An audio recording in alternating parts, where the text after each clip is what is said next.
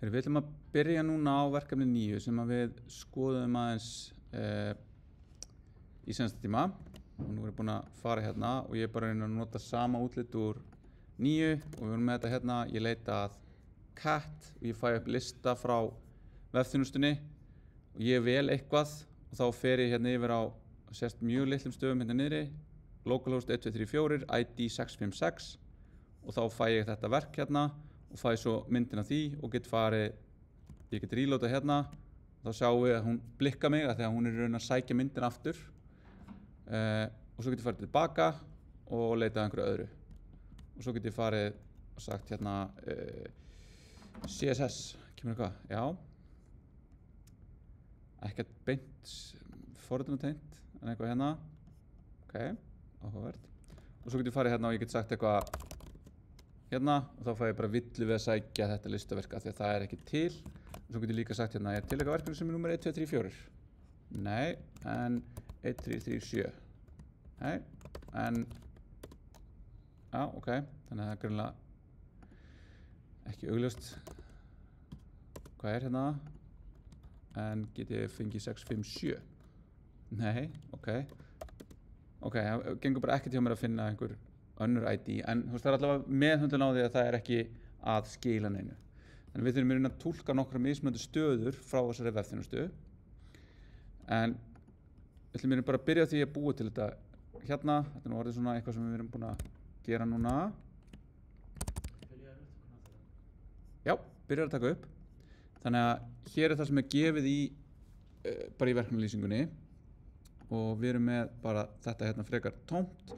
Við erum með þessi sömu að búa til element og að tæma og frá því í hérna verkefni 8 og við erum með þetta hérna sem að leyfir okkur að sofa í einhver tíma, sleep og hérna kannski þetta helsta að við erum með eitthvað sem er merkt async á fallinu.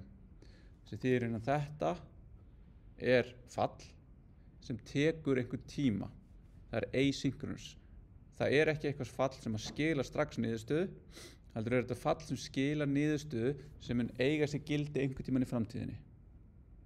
Og þetta að eiga sér gildi einhvern tímann í framtíðinni er geymt inn í konsepti sem heitir promise.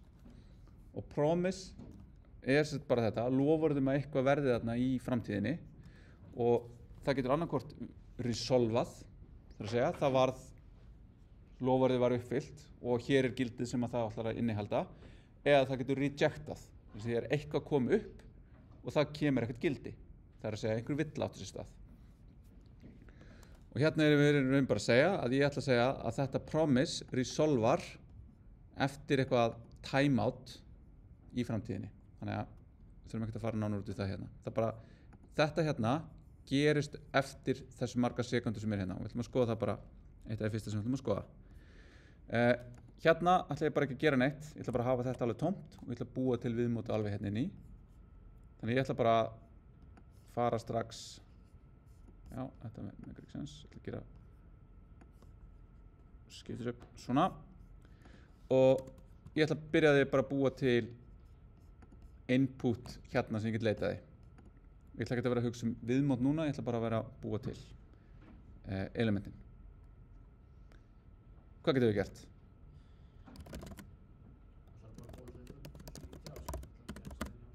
Ekkert í HTML-inu, ég ætla að búa þetta allt til í JavaScript.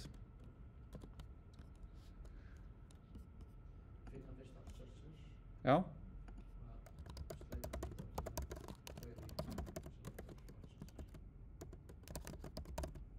Þetta er punktinum. Svona.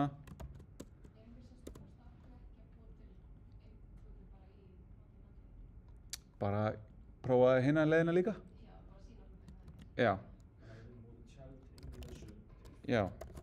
Þannig við ætlum að búa til, já, form element. Og þá getum við sagt hérna, ég ætla að nota hérna el úr þessum helpers. Þannig ég ætla að importa þeim. Import el from lib helpers.js. Hvað er kvartan yfir hérna? Nei, það er elements.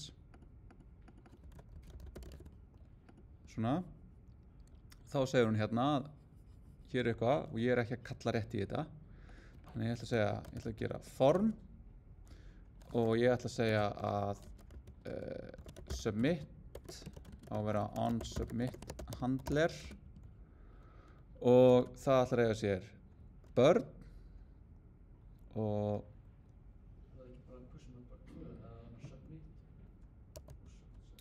það ætla að eiga sér label og labelin ætla að vera með ekki neitt attribute og það ætla að vera með labelið leitarorð og það ætla að vera með el sem input og það ætla að vera með attributein name jafnt og query og það ætla að vera með ekki neitt, það bara tómt og það ætla að vera með button og hann ætla að vera type submit og hann ætla að vera með textan leita. Ok, formatum þetta, þá vantar okkur þetta on submit handler og þá ætlum við að segja function tekur við einhverju event og segjum hérna þetta ætlar að vera submit event form submit event og ætlum að segja prevent default og ætlum að segja hvað ætlum að segja hérna, ætlum að segja console log leitaði. Ok, hver eru kortið hérna?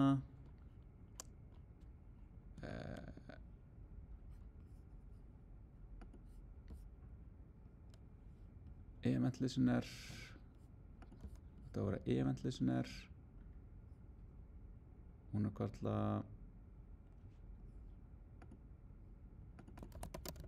þetta bara svona, já þannig að bara event, ekki submit event þetta getur líka verið á on-click ok þannig að þá erum við þetta hérna en núna er þetta föl litað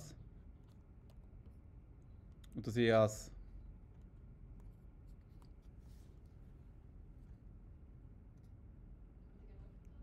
já, sama hér ég fann bara elementið, ég ger ekkert við það þannig þá ætla ég að segja art searcher append child form element og þá notum við bara spurningamerki hér og nú ætla ég bara að vera svolítið bara svona, ég ætla bara að forrita þetta beint á augum ég ætla ekki að vera að hugsa það að gera þetta eitthvað snirtilegt og fínt, ég ætla bara að láta virka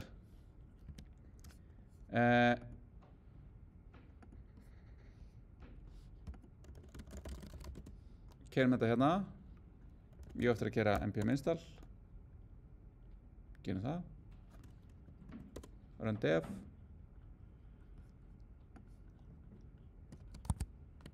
og opnum þetta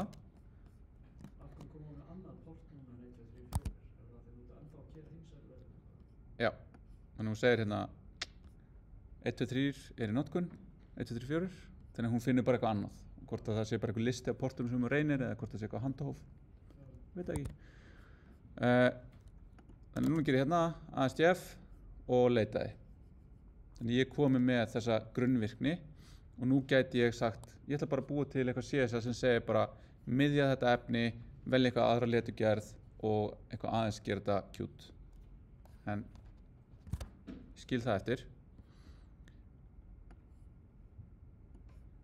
þannig að hérna er þú veist þetta að vera með þetta hjálparfall sem að bara gerir þetta form í mjög fáum línum versus það að gert document.create element document.set attribute name query document element bla bla bla bla bla append child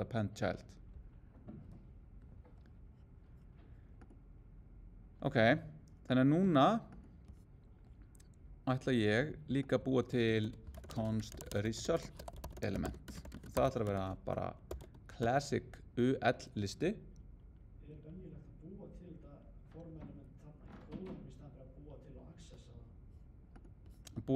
gera það ekki bara í HTML-inu? Já. bæði virkar. Ég bara sýna ykkur að þetta eru 2 leiðir til þess að gera þetta.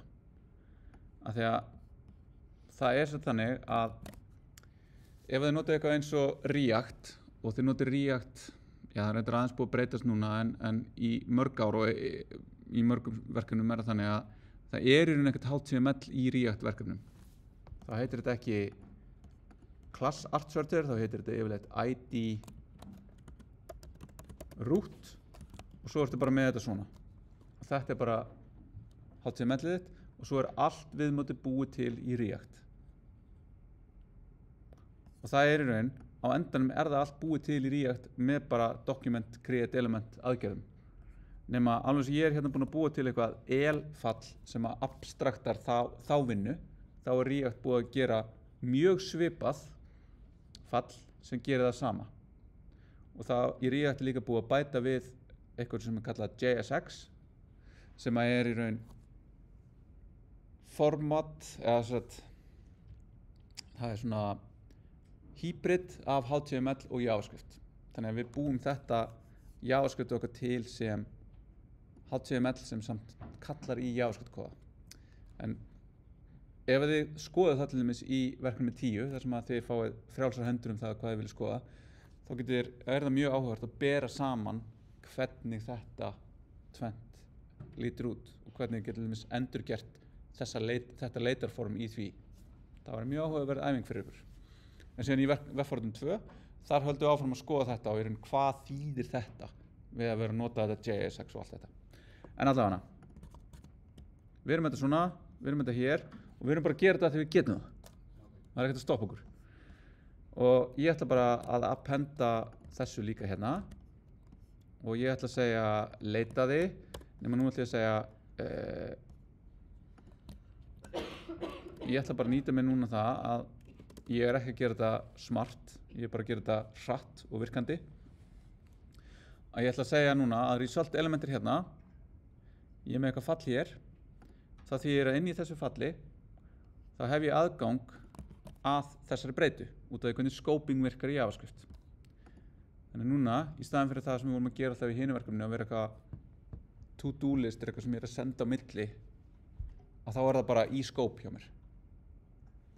En ég get þá sagt hérna const result item bara eitthvað el sem li og það ekki með neitt og það ætlar að vera bara eitthvað leitaði. Svo ætla ég að segja result element append child result item. Ok, þannig að núna ger ég eitthvað hérna og hún segir leitaði og það kemur hérna inn sem li. Já. Og þá getur ég sagt hérna, ok, hérna verður kannski áhugavert að vera með leitaróði sem ég skrifaði inn í. Þannig ég ætla ekki núna að nota formdata, ég ætla bara að segja, ég ætla að taka þetta hérna, ég ætla að segja input element. Og setja það hérna. Og ég ætla að segja const text input element .value. Ok, og þá segir hún does not exist on type HTML element. Og þá ætla ég bara að segja hérna type HTML input element. Ok, látt mig vera. Ok, gerum þetta ekki svona, þetta gerum þetta rétt. Document create element input. Þá input element HTML input element. Þegar Visual Studio Code veit að ef ég nota create element og segi gefði nákvæmlega input, þá það input. Þá það bara hérna og það bara allt í góðu. Við mistum ekki, var það? Voru ekki bara með þetta sem input? Jú, name query. Input element set attribute name query. Ok. Þá ætla ég að segja hérna leitaði að plus query. Ok, þannig query, ok. Svona. Ok. Þannig þá hérna ASDF og vantar að laga þetta aðeins hérna, en þetta er alltaf komið svona. Ok. Nú ætla ég að fara að spá í því hvað gerist ef þetta tekur ykkur tíma. Ég íta á leita og það tekur ykkur tíma.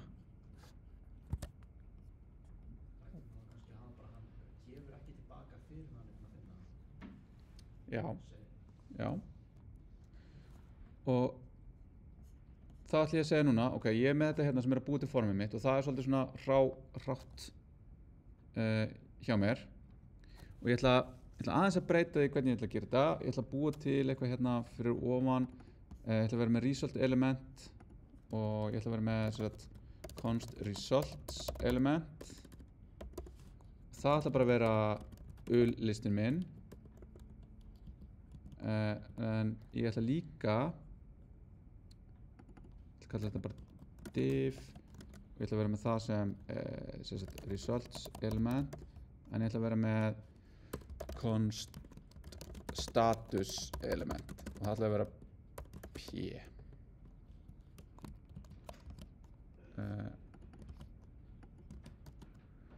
Það ætla að vera svona og það ætla að vera bara, þó svo þetta sé ekki svona í sýnlausninni, sláðu inn leitar orð til að byrja. Ok, þannig að þá er það þetta hérna. Svo ætla ég að íta þetta hérna og nú vill ég í raun að þetta taki einhver tíma og þá ætla ég að segja leita að ASDF, ... Svo klárast leitin og þá ætla ég að segja leita niðurstöðu fyrir ASDF, ... Og svo leita niðurstöðunar okkar. Núna kemur bara leita ASDF og ég ætla að gera þetta hérna en ég ætla alltaf að í raun að hreinsa þetta á milli. Þannig ég ætla að byrja á því að hreinsa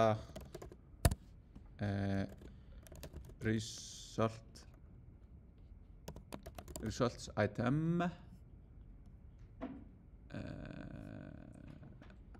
Þannig hérna. Og svo ætla ég að segja status element text content. Það ætla að vera leita að, ok, ég gerum þetta rétt, leita að query sem að vera með query skilgreint áður en við vísum í það.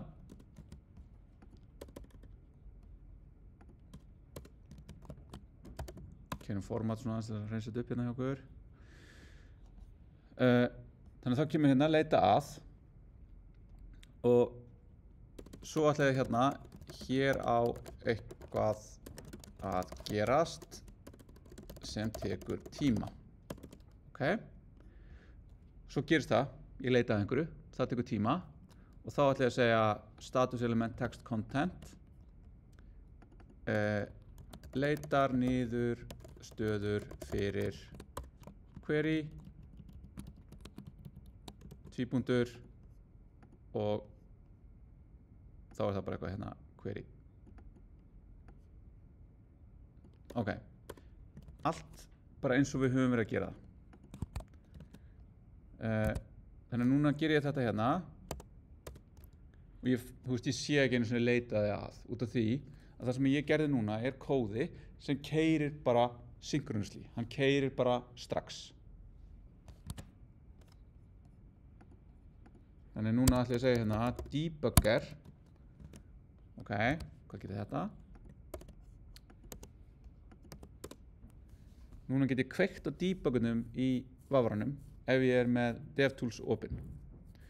Þannig núna stoppar hún í þessari línu þar sem ég skrifaði debugger. Ég hefði líka getað opnað þetta og sett bara breakpoint á þá línu sem ég vill að hún keyra á. En nú get ég sagt hérna, ég get hoverað yfir.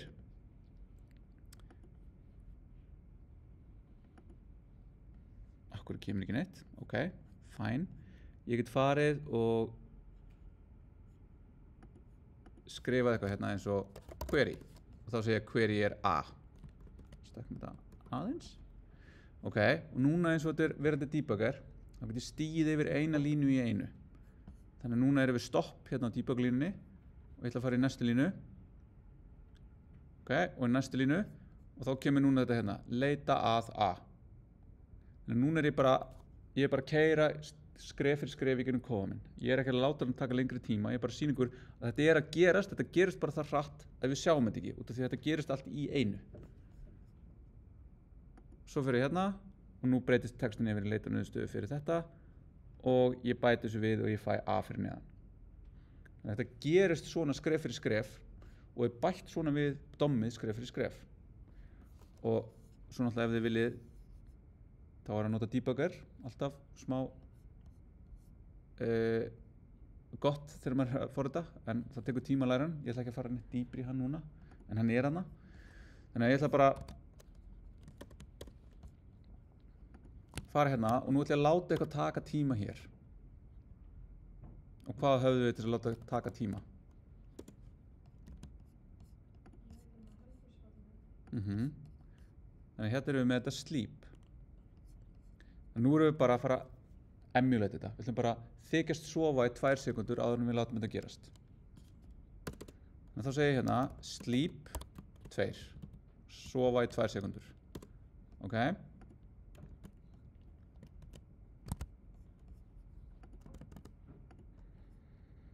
Gerir samt ekki neitt.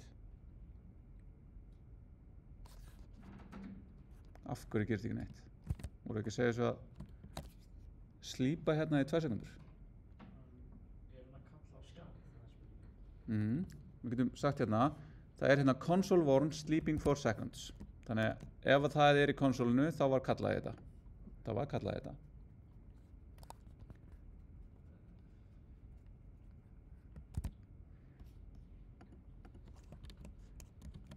Það segja console log á sleep.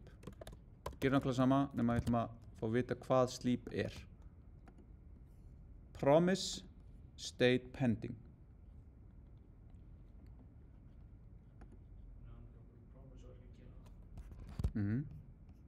Já, það er búið til. En munið hvað ég sagði það? Promise er hjúpun utan gildi sem verður til í framtíðinni.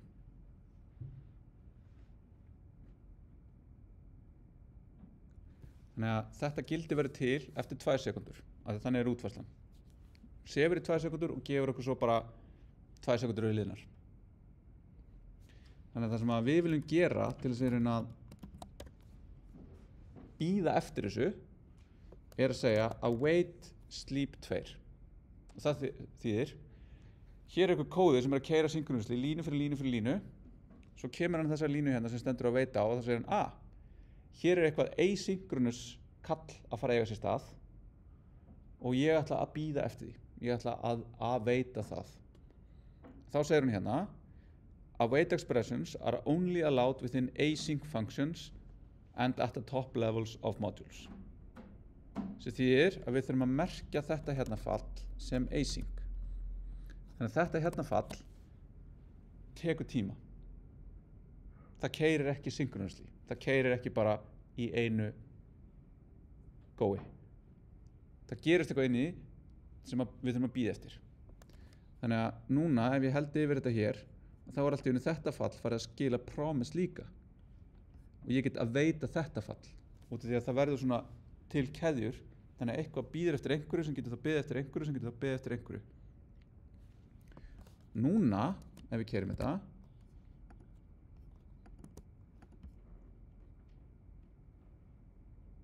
tók þetta tíma. Og svo keyri ég aftur og það tekur tíma. Þannig að þannig er bara að emulera það að það sé eitthvað sem gerist í framtíðinni.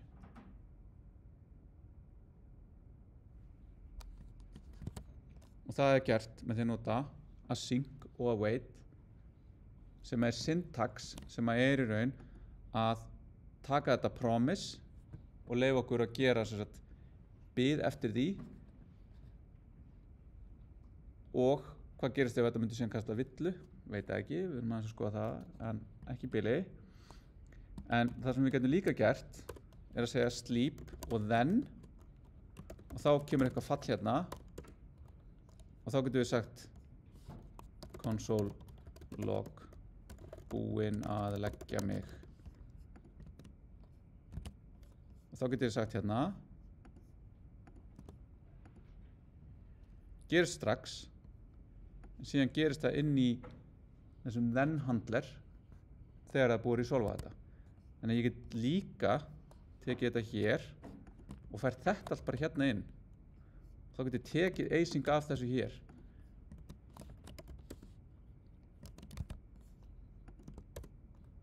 Og nú hagar þetta sér eins. Munurinn að vera ekki með þetta í þessu callbacki. Callback hugtakið þegar við erum með eitthvað API sem tekur við falli sem keyrir þegar eitthvað á sér stað. Og það sem óhagstætt við þetta ef ég væri með annan hlut hérna sem þyrfti að vera með eitthvað await eða þú veist, var að bíða eftir einhverju ég ætla að gera aftur sleep hérna í 1 sekundu eða 2 eða whatever og ég ætla aftur að gera eitthvað þegar það er búið.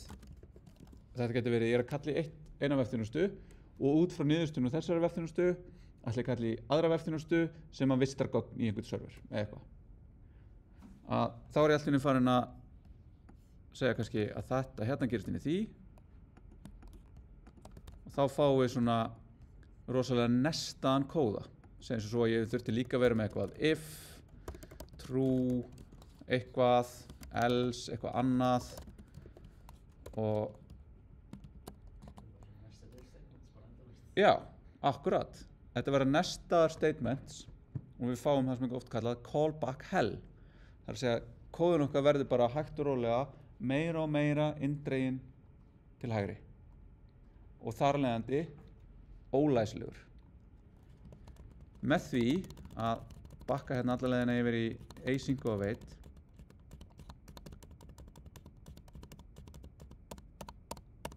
svona að þá getum við látið eins og þessi kóði keyri allir í einni bunu nema við segjum það sem er að veit þarf að bíða eftir einhverju og síðan heldur bara áfram og þá heldur forritið áfram og veit allt sem hefur gerst þar á undan. Þannig að veit að þetta hérna query var með þetta gildi og við vorum búin að setja eitthvað annað og vísi eitthvað hérna og scoping er eitthvað svona í hinsegin bara býður og svo heldur hann áfram. Þannig að hann les það samt sjálfur sem eins og það sé nested en það er bara fyrir okkur. Já, þannig að þetta er dæmi svona syntactic sugar. Þetta er svona sykur sem gerir forritunum aðeins meira sæta. Ok.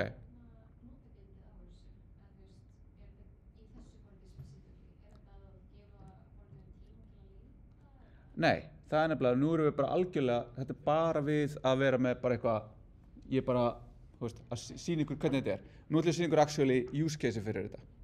Þannig ég ætla að halda áfram og hérna, bara höldum áfram að þið bara farið ef við viljið, en ég ætla bara að rumpum þessu af hérna. Að núna ætlum við að kalla í þennan API, og eins og við sáum að þessi sinnstíma, að þá er hann ekki, hann svarar ekki á bara núinu. Hann tekur einhvern tíma að sækja gögnin. Þannig ég ætla að fara og finna hérna hvað var dæmi hérna, leita einhver eftir Money og ef ég finn núna og ég opna hérna network tabin og ég keyra þetta hér þá sé ég hvað er að gerast. Þannig ég geri hérna http get fyrirspurn á þessa slóð ég fæ 200 tilbaka og 200, ég get ítt hérna og fengið 200 OK, successful response. Ok. Ég fæ einhverja headera hérna. Þeir gefa til kynna upplýsingar svarið og ég sendi líka headera frá mér, þar sem ég að gefa til kynna hvað ég vil fá úr svarinu og hverju ég get tekið við. Ég get tekið við HTML, ég get tekið við XHTML, ég get tekið við XML, ég get tekið við mismunandi leiðum til að þjappa efnið, GZIP algoritminn, deflate algoritminn, BR og ZSTD. Ég get tekið við bresku og ensku. ég vil helst fá breska ensku, en ég get líka tekið við ensku og það er hérna Q jafnt og 0,5 sem því er það svona 50%. Þú veist, ég rankaði 50% meðan hittir 100%. Af því að við tölum the Queen's English hér. Ég vil ekki að þetta sé kassað. Og svo eitthvað meira. Og svo hérna, ég er svona. Þetta er user agenti mitt. Ok. Requesti mitt, það var ekkert í requestinu. Ég var ekki að senda neitt með. Þetta er til dæmis ef ég var að búa til forrit sem myndi taka við einhverjum gögnum og leita að þeim, þá get ég nota post HTTP kallið. Og þá get ég sett til dæmis JSON gögn sem body og þá tekur vefþjónninn við því og gerir eitthvað við það. Það er ekki eitthvað sem við erum að fara að gera núna. Við erum bara að nota get í þessum áfanga. En ég fæ response og responsið er JSON. Út af því að response headerinn hérna segir content type application JSON. Þá getur ég sagt hérna raw og þá fæ ég bara þetta sem bara JSON streng í einni bunu. Og er þetta bara ákveðin partur af þessu við þurfum? Jú, svo þurfum við að reyna, nú kunnum við að tala saman. Við erum með syntactic interoperability, það er að segja við erum að tala saman málið, en svo er spurningum hvað er það sem þú sagði mér. Svo ef ég fyrir hérna og ég loka þessu aftur, þá sé ég líka hérna að þetta kall tók 515 millisekundur. Ok, þú getur prófað bara eitthvað annað. Cats. Það tók 221 millisekundu.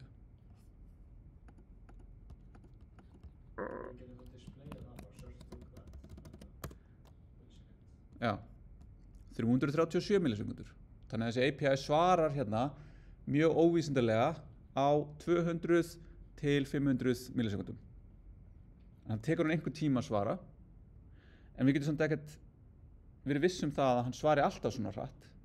Þannig að við viljum í raun birta eitthvað sem segir það er verið að leita. Og það er þetta bara hana, leita statið okkar. En við viljum líka bæta inn smá svona artificial hægagangi til þess að við séum líka bara í forritunum okkar að muna þetta tekur tíma. Og það var þetta að ég setti þarna, ef ég leitaði cat slow, þá tók það ennþá lengri tíma svo við getum bara sýnt leitaskilyrðin. En af hverju viljum við gera þetta? Skiptir þetta einhverju máli?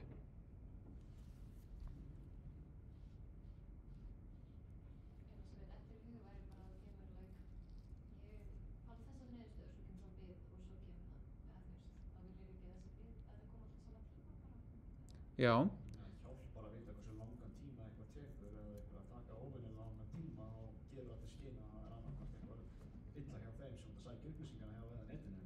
Já, það er þetta. Þetta er í raun, bæði getum við notað þetta til þess að vera vissum að við birtum niðurstöðunar þegar við höfum niðurstöðunar og birtum eitthvað meðan og líka þetta að gefa til kynna að það er eitthvað í gangi. Að þegar við ætlum að vera á lélegu Wi-Fi, það er ekkert leiðilegra en að vera á Wi-Fi sem að virka svona 50%. Af því að það er alltaf svona er þetta tölva mín, er þetta Wi-Fi eða eitthvað og þarna sama. Ítti á takkan, það gerist ekki neitt að þegar við búumst við því að fá einhverja niðurstöðu eiginlega strax. Að tala það séu svona cirka 300 millisekundur sem þurfa að líða áður en við fyrir að hugsa akkur er þetta ekki tilbúið. Þú veist, það er þetta sem við þurfum í viðmótunum okkar til þess að fara að upplifa eitthvað sé hægt eða laggar. En leið að við setjum bara eitthvað einfalt eins og segja ég er að leita eða eitthvað svona þetta klassíska svona eitthvað hjól sem snýst að þá erum við strax svona, já, það er eitthvað að gerast. Ég gefi þessu alltaf 2 sekundur og svo yfir 2 sekundur þá erum við aftur komin í eitthvað svona, nú er ég farin að halda að þetta sé bilað og þetta virki ekki neitt.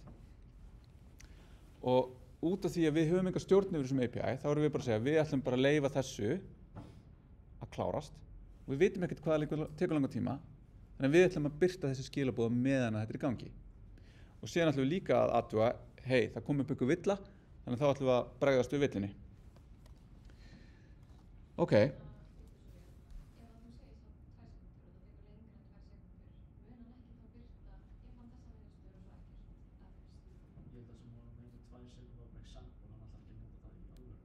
Nei, já, það væri, við ætlum að hardkóða inn núna, bara þannig að við fáum alltaf, við vitum að það er alltaf að minnstu kosti 2 sekundur, pluss það sem að þessi API tekur.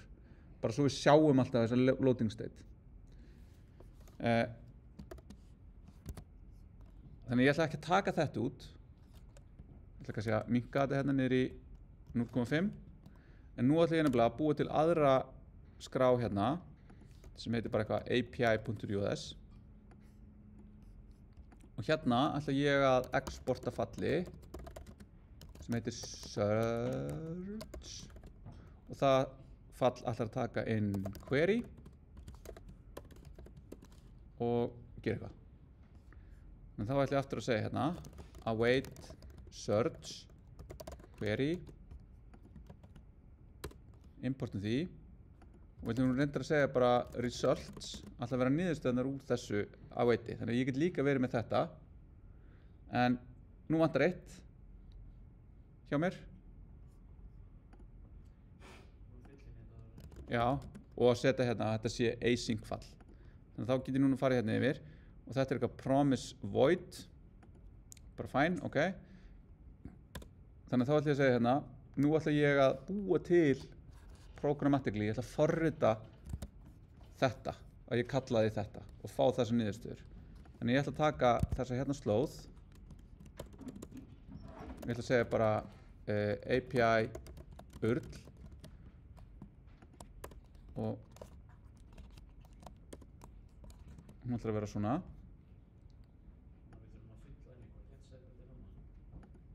Fyll inn í. Er þetta ekki bara gett, þú veist, við þurfum að vita hvað það er inn í eða ekki? Jú, og það er hérna q jafndog, þannig ég ætla að setja það inn sérstaklega. Og ég get þá sagt hérna, url er þá getur ég líka sagt hérna, ég á eftir að gera detail kall, þannig við ætlum kannski aðeins að stoppa við og refactora þetta kannski aftur. En ég ætla að segja const url er þá bara API url plus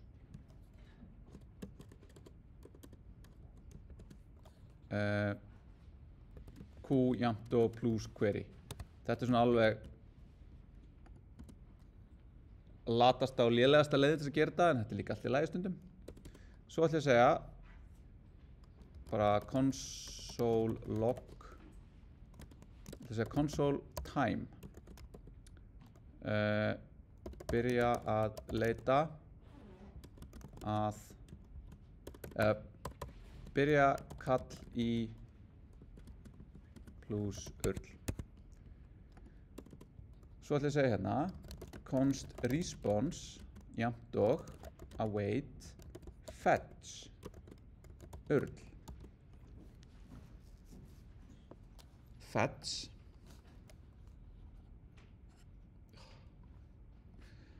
er sem sagt aðferð sem að byrjar að sækja resource from the network. Þannig það er það sem við erum að gera. Networkið er í raun bara internetið, HTTP, og resourceið er þetta JSON dokument sem við ætlum að fá. Returning a promise that is fulfilled once the response is available. Þannig þarna fáum við promise, og því að það sem við erum að gera, þarna er einhver vefþjónn í Chicago. Ég ætla að senda hann fyrirspurn hvort hann eigi upplýsingar listaverk eftir Money eða myndir af köttum. Svo bara býð ég þetta til og vona og óvon þangað til að ég fæ tilbaka annarkvort að promise mitt hafi verið fulfilled og þá með einhverjum upplýsingum eða rejected ef eitthvað kom upp á. Þannig að það er í raun, promiseið er að halda utanum þessa bið sem átti sér stað hérna. Ég reloada og það sést ekkert rosalega vel en það er einhver bið þarna og svo fæ ég þetta tilbaka.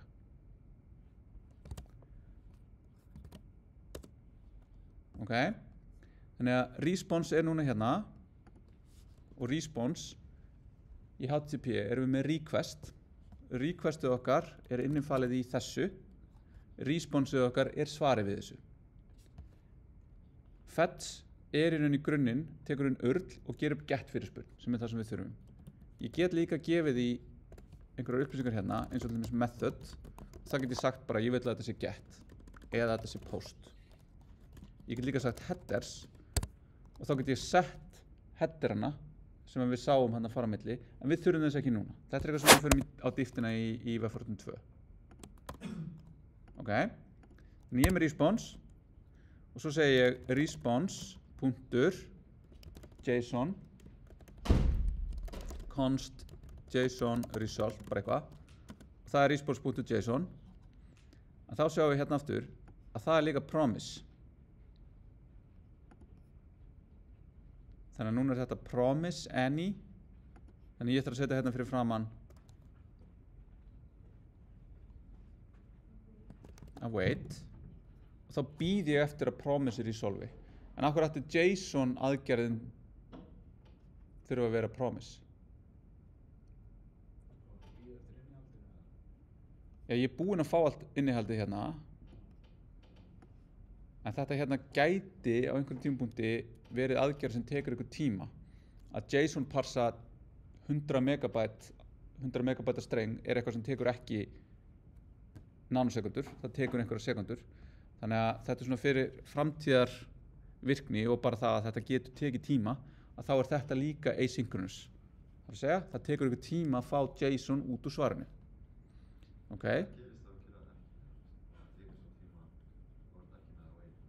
Ef ég er ekki með að veita á þessu, við getum prófað eftir.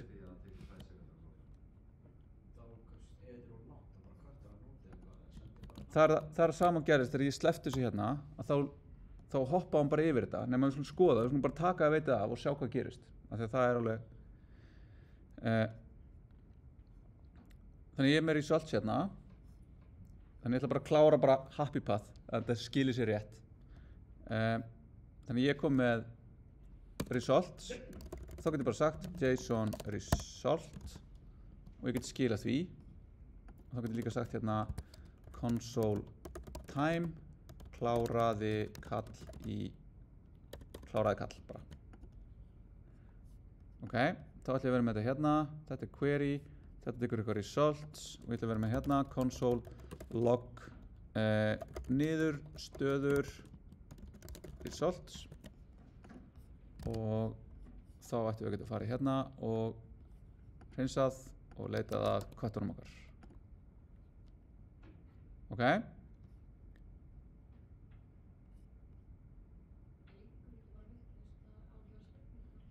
Jú. Þetta er þannig 4 og 4 error. Af því ég gerir mistök. Og þú bent... Nei. Það er nákvæmlega það. Þá getum við séð hérna og hvað þýðir 404? Það er kannski HTTP staðan sem flestir hafa séð í pop culture. Not found. Já. Síðan ekki til. Já. Og þá getum við gert það. Við getum opnað þetta hérna. Open early new tab. Og þá er þetta bara hérna. An unrecognized exception was thrown. Hvað rólegur. Ég vona að við ekki búin að kalla út einhverja forritara. Þetta er þá bara sama og ég er bara gert eitthvað bull hérna. Þetta er bara alltaf. Þetta er bara, ég er að biðja eitthvað sem er ekki til. Og þá fæ ég bara 404 svar.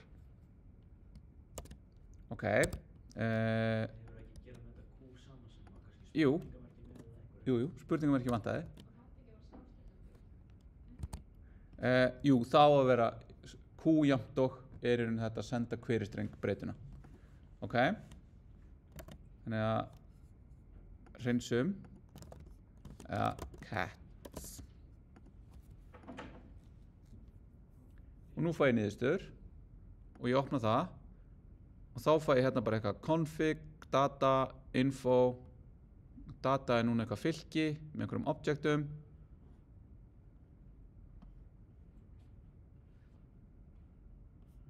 Vantar hérna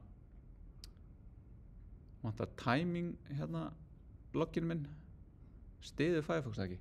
Allavega hana. Þannig ef ég fer hérna og ég hreinsa þetta út og ég leita á docs þá gerist það sama hérna að núna fæ ég hér method get status 200 og nú fæ ég hérna initiator er í raun JavaScript kóði. Ef ég segi open a new tab og ég skoða network flipan þá er initiator bara document. Ég bara er að hlaða skjalinu. en hérna initiator JavaScript kóður sem keyrði og bað þetta network call til þess að sækja þessi gögn í þessa vefþjónustu. Er það ekki useful þannig að þú getur bara látið að virka á ákveðnum síðum? Þú getur bara initiata frá ákveðnum stöðum? Já, ég get kallað þetta í gegnum JavaScript kóða. Já, ég meina sumar síður sem læsa fyrir þannig að þú getur bara initiata frá ákveðnum síðum eða ákveðnum hlekkum. Já, ég veit ekki hvort þú ert að vísa í kors, en við getum gert þetta út af því að response headerinn með access control allow origin stjarna.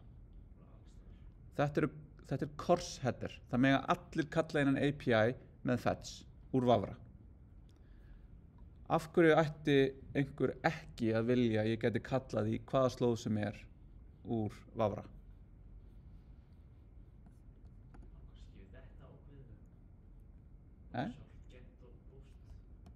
Já, segjum sem svo, ég væri búinn að búa til núna þessa síðu hérna. Ég myndi setja hann á netið og ég myndi segja, krakkar, skoðið frábæru listaverkaleitina mína. Þið farið inn og keirið þetta. En á sama tíma þú ítið að leita, þá leita ég á þessu og byrti ykkur niðurstöður. En þá ger ég líka kalla á islandsbanki.is/staðareikninga.json eða eitthvað, ég veit hvað þetta er. Þið voruð að lagga ykkur inn í heimabankan ykkar eða gerir líka Ariabanka og líka Landsbankan og ég gerir kall með fetch, þá eruð þið að kalla af því að þið eruð eigandi Vafrans. Þetta er Vafrinn ykkar sem er að kalla. Þannig ef þið voru bara að logga ykkur inn á eitthvað, Uglu til dæmis, það væri mjög gott af því ég veit að þið eru alltaf inn á Uglu eða Canvas eða eitthvað, og ef að Canvas væri bara með open API sem ég geti kallað fyrir ykkar hönd, þá geti ég gert það kall, tekið niðurstöðurnar og vist að það síðan með öðru kalli í þjónin minn og þannig sótt einhver gögn sem að þið viljið ekki að ég komist í. Þannig að þessir headerar hérna og kors headerar sérstaklega eru þess að passa upp á það að það sé ekki hægt að kalla bara í hvað sem er á hvaða vef sem er úr hvaða JavaScript kóða sem er. Þannig að svo sem að á serverinn þarf að segja ég vil leyfa fólki að kalli þetta úr fetch kalli. Og þið munið þetta ekki núna, svo komið í Webfortran 2, farið að reyna að vinna mót einhverjum API og segi hvað er þetta korsvilla sem kemur alltaf hérna? Þá segi ég já, þetta er öryggis. Já, hún er mikilvæg ef þú vilt að allir geti kallað þetta. Af því þú vilt ekki að allir geti kallað þetta, þá setur ekki korsheader á þetta. Þá er þetta bara eitthvað sem enginn má kalli. Af því að það er eitthvað sem segir að ég geti bara kallað í þetta. Ég get líka kallað í bara hi.is og fengið tilbaka HTML-textan. Já, ef þú reynir að sækja korsupplýsingar úr þessu úr Canvas, þá mun hann örugglega bara segja nei við ákveðnum hlutum eins og það er að ná upplýsingar allt fólk, þá mun hann örugglega segja nei. Eða, ég veit það ekki. Já, hérna kemur í raun, nú reyni ég að gera eitthvað á hi.is og hi.is er ekki með korsheadera sem leyfa öllum að kalli það og þá segir hún cross origin request blocked og hún bannar það að þetta sé gert. Þannig að Vafrinn bannar það. Það er enda líka út í með þetta hérna, ef við tökum þetta bara í burtu. Þannig að ég get ekki gert þetta, ég fæ bara villu tilbaka. Þá sjáum við líka hérna að nú hangir þetta inni á leita að ADSF út af því að villan var ekki meðhöndluð.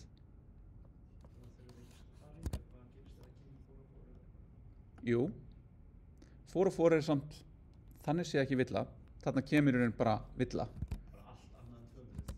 Já, þannig ég get sett try cuts, þannig ég get sett svona og cuts og þá er yfirleitt það sem við notum eða R fyrir villuna og þá getur ég sagt console error villa í fetch R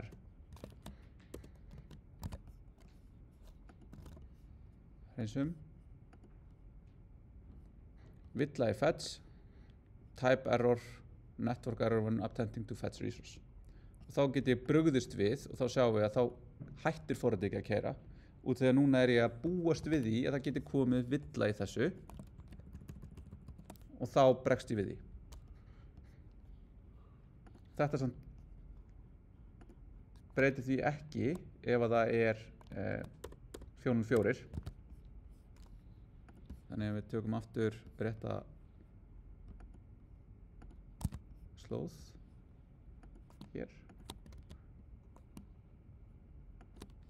Svona, ég ger aftur það sem ég gerði áðan, sem var bara að gleyma spurningamerkinu. Að þá fæ ég 404, en ég er samt að túlka það bara sem gögn og ég er að skila því sem gögnum. En þessi hérna form á þessum hérna hlut er allt annar en á rétta hlutnum. Þannig ég ætla aðeins að halda áfram hérna, bara því að ég ætla að taka núna og ég ætla að túlka þetta yfir í eitthvað sem ég get byrt hérna. Að þegar við keyrum þetta núna rétt, og þá fæ ég hérna object, data, og reynda núna er hann tómur út af því að það er ekkert listaverk sem heitir ASDF. Leitum á köttum, niðurstöður, data, 10 stök, og ég vil núna geta byrt þessi hérna 10 stök hérna sem leita niðurstöður. Jú, við getum gert svoleiðis. Þannig þá kemur þetta hérna og þá var ég með eitthvað hér sem hefur bara result item. Þannig hérna vill ég núna taka niðurstöðunar hérna og ídra í gegnum þær. Þannig ég ætla að segja bara data er results.data. Ok, og hvernig viljum við? Nú erum við búin að sjá nokkra leiðir til þess að ídra í gegn. Og nú er þetta bara gamla góða for. Const item in data. Þá ætlum við að segja const text jafnt og data punktur.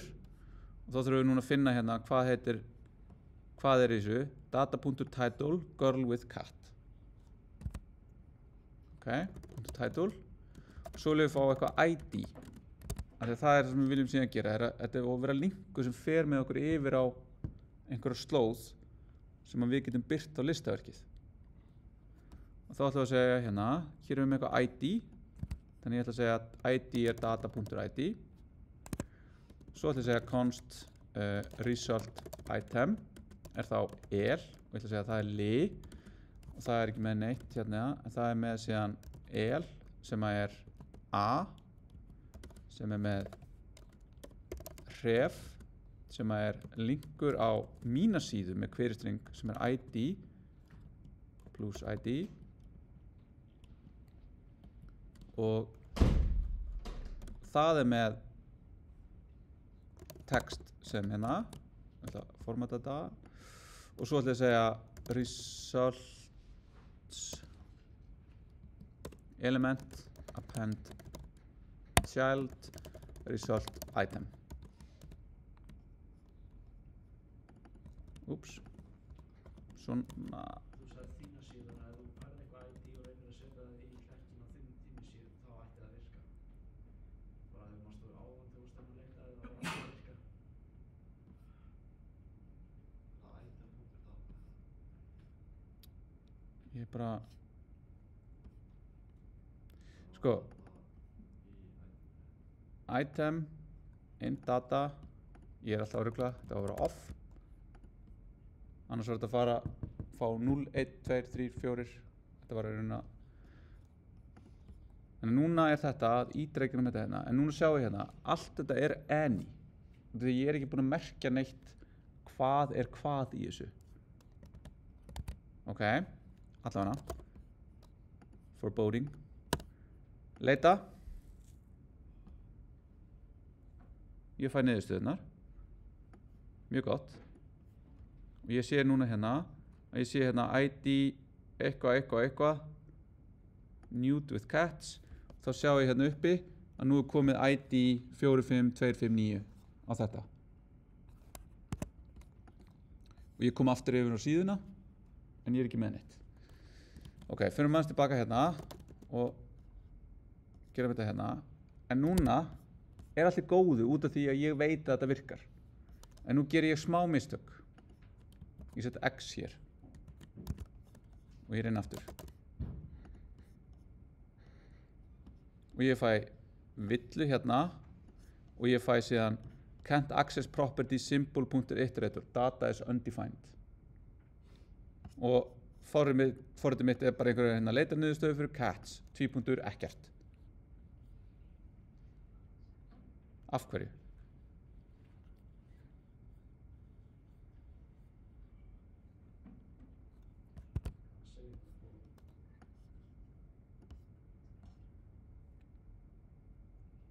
Þessi lína kastar villu út af því að objektin sem við fáum tilbaka er núna status 400, error og detail. Það er ekki data í þessum objekt. Þannig að við fáum hérna, við reynum að fá data út úr objekt sem inniheldur það ekki. Þá verður data hér undefined. Svo segjum við ítræði gegnum undefined og þá fáum við villu sem segir undefined er ekki iterable gildi. Þannig að það er ekki hægt og þá springur forritið okkar hér og bilað hér. Já, nú er komið okkur. Hvernig myndum við bregðast við þessu? Við getum sagt hérna if not response.ok og ok er read only sem er true, þá er því aðeins að statuskóðin sem kom í svarinu er á 200 bilinu. Svo þetta frá 200 upp í 299. Ef hann er ekki á því, þá ætlum við að segja throw new error non 200 status. Ok, þá förum við hingað. En það er ekkert betra þannig séð út af því að hér er ekkert return, þannig að þetta return er undefined. Þannig að við myndum segja undefined.data, þá myndum við aftur fá villu hér en ekki hér. En nú er ekkert að hjálpa okkur í þessu. Og þá legg ég til að við segjum hérna string query, þá losnum við þetta hérna og svo segjum við returns array, þá getum við sagt eitthvað hérna af einhverju eða null. Þá segir hún hérna að þetta er, segjum bara string hérna. Þetta þarf að vera svona, þessi típa. Og þá segir hún, en þetta er async. Þannig þá er ég að setja aftur utan þetta, promise. Og þá segir hún, þú ert ekki með, vantar return statement. Og return statementið þetta er ekki með undefined. Þannig þá segi ég hérna return null, þá erum við ok. Þannig núna segjum við, leitin okkar skilur okkur promise sem er resolver annarkvort í fylki af strengjum, sem er samt ekki þessu við viljum, það er bara tímabundið, eða í null. Og þá núna smitast það yfir hingað og það segir, bítu. Results getur verið null. Varstu búin að hugsa það? Og þá getum við sagt hérna if not results status element text content villa við leit og return. Þá fáum við aftur hérna að data er ekki á string fylki. Og þá getum við tekið afstöðu til þess. Viljum við fara að flækja þetta? Ef við viljum fara í þá vegferð, þá getum við gert það. Við getum líka sagt any hérna. Og þá erum við bara að passa upp á það að það reyndar hjálpar okkur ekki neitt af því að any tekur yfir allt. Þannig að any tekur í burtu nullið og það bara, við getum ekkert unnið með það. Þannig að byrja að típa hlutina endar yfirleitt í að við þurfum að típa hlutin alveg. Þannig að þá myndum við segja hérna search results. Þá get ég sagt hér type def sem segir bara ég ætla type def, ég ætla að skilgreina þessa típu. Nei, svona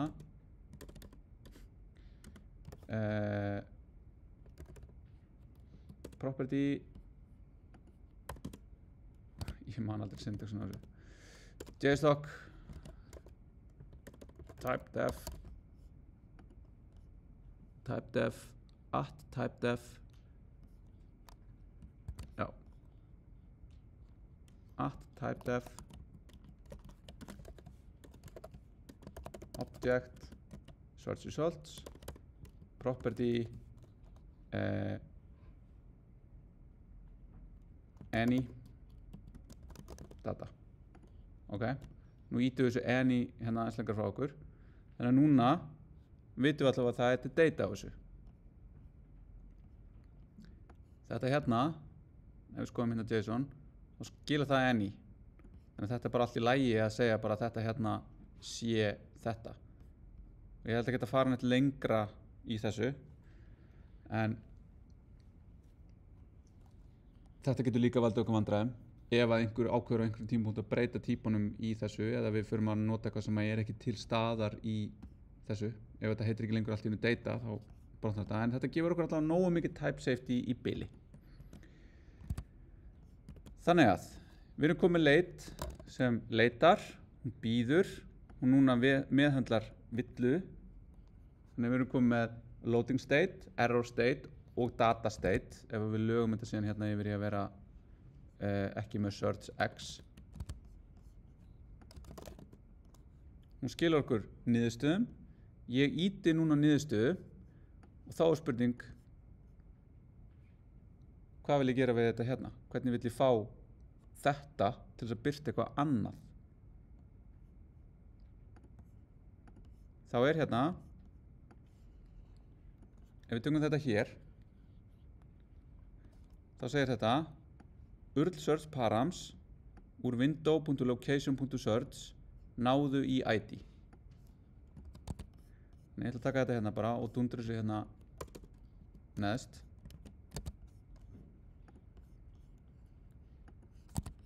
og console log ID er ID ID er 16227 svo ætlum við að stróka þetta út ID er 0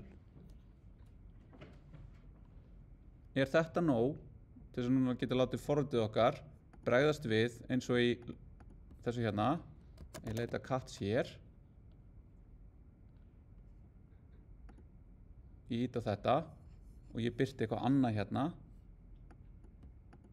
ef það er ID ef það er ekki ID þá byrti ég formið erum við með nóg hér til þess Já, bara ef það er nóg og fyrir aftur heimasíðu og ef það er ekki nóg þá leita að ná þessu örglega já, við getum mér sagt if ID birta listaverk leita á hvað artworks ID else birta form þá getum við að þegar við erum kúrika forritrar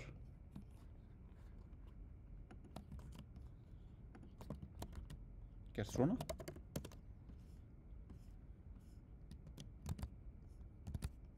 og svona og ég ætla að segja hérna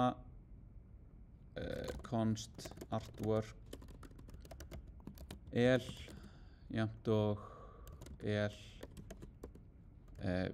p ekkert sína listaverk með ID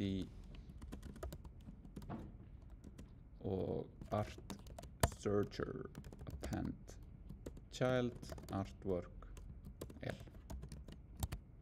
ok þannig ég segi cat leita cat making up sína listaverk með ID 16227 þannig þá getum við núna farið hérna inn og til þess að búa þetta hérna þá erum við að endurtaka þessa æfingu sem á sér stað hérna inni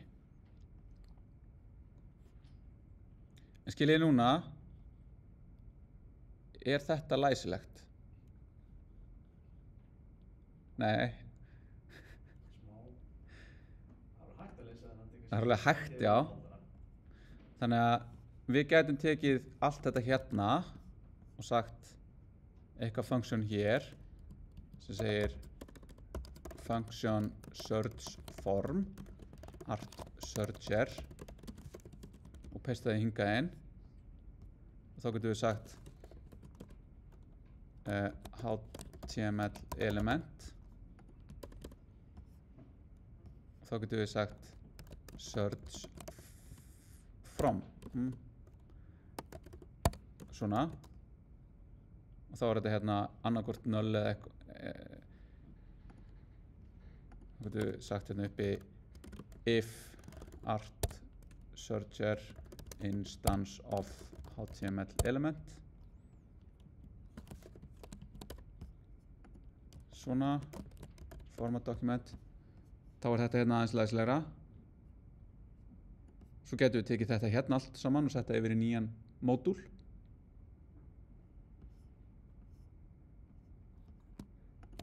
og ef við gerum það Megum við gera það bara í verkefnum? já kallum það bara art.js export function add import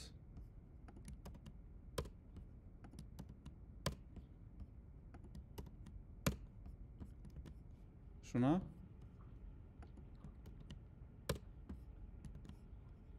hreinsum þetta út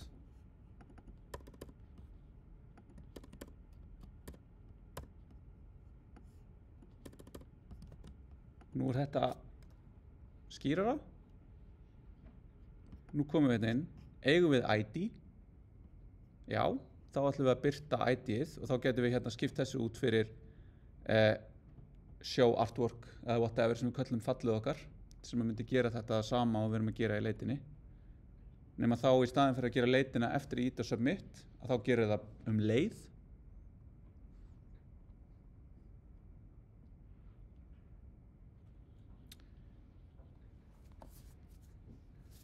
Hvað spurningar?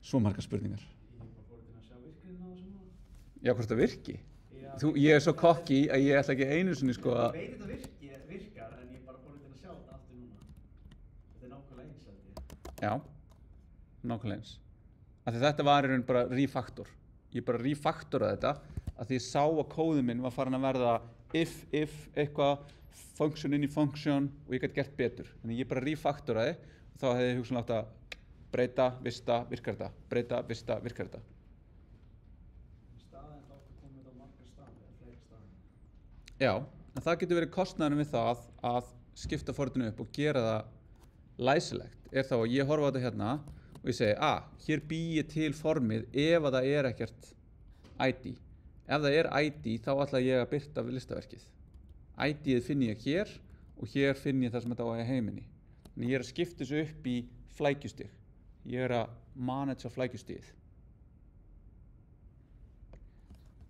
og þá geti ég hérna haft þetta search og þá geti ég búið til annað hérna sem að geti verið artwork sem að tekur við ID og gerir bara eins eða ég geti gert þetta mjög flókið eins og ég geri í sýnlausninni en það er bara til að sýna ykkur hvernig við getum búið til eitthvað sem er í grunninn mjög flókið en er mun þægilegra að viðhalda þannig ég ætla að fara við þá sýnlaust bara í næstu viku og sýna ykkur aðeins af því að það tengist líka í loka námsefninu sem eru klasar í áskrift en þetta er verkefni 9 ég ætla bara að fara við verkefni 10 líka í næsta tíma og það verður svolítið svona það verður bara loka yfirferð yfir námsefnið sá tími af því að það er hérna 3. nóvember þá er bara seinustu dæmin ég ætla að fara aðeins yfir það með ykkur og sýna ykkur sýnilausnum verkefni 9 fara yfir verkefni 10 sem tengist á þessum hérna seinustu hlutum aðeins að tala um þessar prófanir sem eru þetta ég var að refaktora en hvernig get ég vita að þetta hafi í raun virkað í öllum skrefunum sem ég var að refaktora í staðan fyrir að prófa allt eftir hver einustu breytingu við getum skrifað forrit sem prófar forritin okkar og svo klárum við það og svo ætla ég að svissa þessu hérna hafa samantekt og upprifun sem er bara að fara yfir námsefnið og það sem að verður að mestu leyti til prófs í svona fyrirlestra formi verður mjög skemmtilegt hafa það hérna 10. nóvember og svo 17. nóvember í seinasta fyrirlestunum förum við yfir lokaprófið frá því fyrra og þegar við getum fengið aðstoð eða eitthvað við hópverkefnið eða við getum rætt lífið og tilveruna. Þannig að segi ég bara takk í dag.